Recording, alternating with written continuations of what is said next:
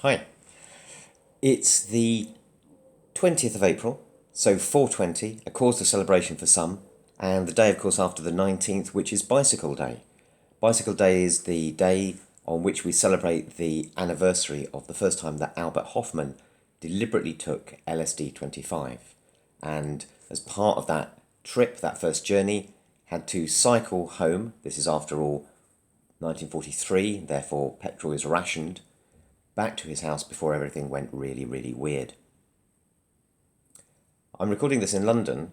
I was invited down yesterday by the London Psychedelic Society to host a ceremony which was a celebration of that anniversary, of the Bicycle Day anniversary. And I really like the symbol of Bicycle Day because it's great to think that at the heart of some of the iconography of contemporary psychedelic culture, we have the image of a Swiss chemist high on acid on his bicycle cycling home through the countryside of Basel. One of the other things that we did within the ritual, as well as focusing on Hoffman's journey, was to consider that the substance that Albert Hofmann had discovered was perhaps similar in terms of its chemistry to another drug that may well have been cultivated from grain and from the fungus that grows on it, the ergot fungus. And that was the substance that may have been being used in the kykeon, which is the magical potion which was given to people in Eleusis.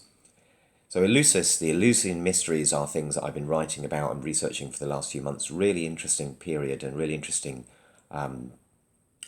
story within our culture. So the mysteries ran for about 1,000 years, and they were sited just to the west of Athens. So they were part of the paganism of the classical world, and people went there for thousands and in their thousands. So people would be initiated at the principal ceremony, which took place in September, in groups of about 3,000. And this went on for hundreds and hundreds of years. And it's very likely that a psychedelic drug was used as part of that ceremonial process. This was one of the highest, most respected of the initiatory experiences that were available to you if you were there in the classical world. Lots of people had access to that ceremony, so you had to have a certain degree of money and time to be able to do the pilgrimage. It was a 10-day ceremony and the journey to Eleusis. But you could be a slave, you could be free, you could be a man, you could be a woman. As long as you could speak Greek and you hadn't committed murder, you were in. And of course, these ceremonies, these psychedelic ceremonies, were things that were attended by many of the leading thinkers and philosophers, politicians, medics, as well as bakers, cleaners, and people with other trades. This went on for a very long time, until about 400 AD, when the rise of Christianity meant that the doors to Eleusis closed. One of the things that we pointed out and explored a little bit within the ceremony was just what impact that may have had on Western European culture, and then the cultures that of colonialization into the Americas. Because without the psychedelic experience being within our culture, something very interesting and quite disturbing happened. Over the following 1,500 or so years, Western culture became enamored with stimulants in the form of tobacco and coffee and sugar and tea, and also with depressants in the form of alcohol and opium. So these substances, which we had to extract from far distant lands, came at a terrible price. They came at the price of sickness and illness for the people who were consuming them in such large quantities, and they were also methods of social control in many, many contexts, and more particularly led to things like slavery, colonialization, environmental devastation, and genocide. Who knows, perhaps if the doors of Eleusis hadn't closed and that mysterious psychedelic substance that was probably contained within the kykeon, whether it was like Albert's preparation or not, who knows, maybe if that hadn't gone, our culture would have been very different.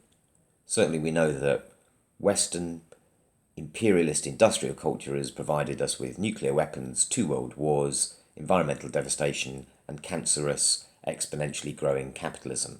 And those, of course, are not good things. So within the ritual, we were exploring Eleusis, we're exploring the story of Albert Hofmann, and we were also, of course, putting our intentions and our hopes into the psychedelic future. We now know that on an individual basis, and we have very strong scientific evidence to show this, we can use psychedelics to help people break out of addictive behaviours. When we're addicted to things like cocaine or opium or tobacco or any of these things, what we're doing is we're self-medicating for our pain. Psychedelics allow us to change our orientation to things and perhaps to see things in a different light. Now, if that works on an individual level, perhaps it works at a collective and societal level as well. So I think that Bicycle Day is a really interesting and important celebration, and I think it's important, if nothing else, historically, because whether we're fans of LSD or we prefer things like ayahuasca or peyote or whatever, the story of LSD coming into our culture made a great transition and a great transformation. Sure, psychedelic drugs have been being used in Western culture. They've been entering the storyline from the late 19th century onwards in the form of peyote, mescaline, hashish, and so forth.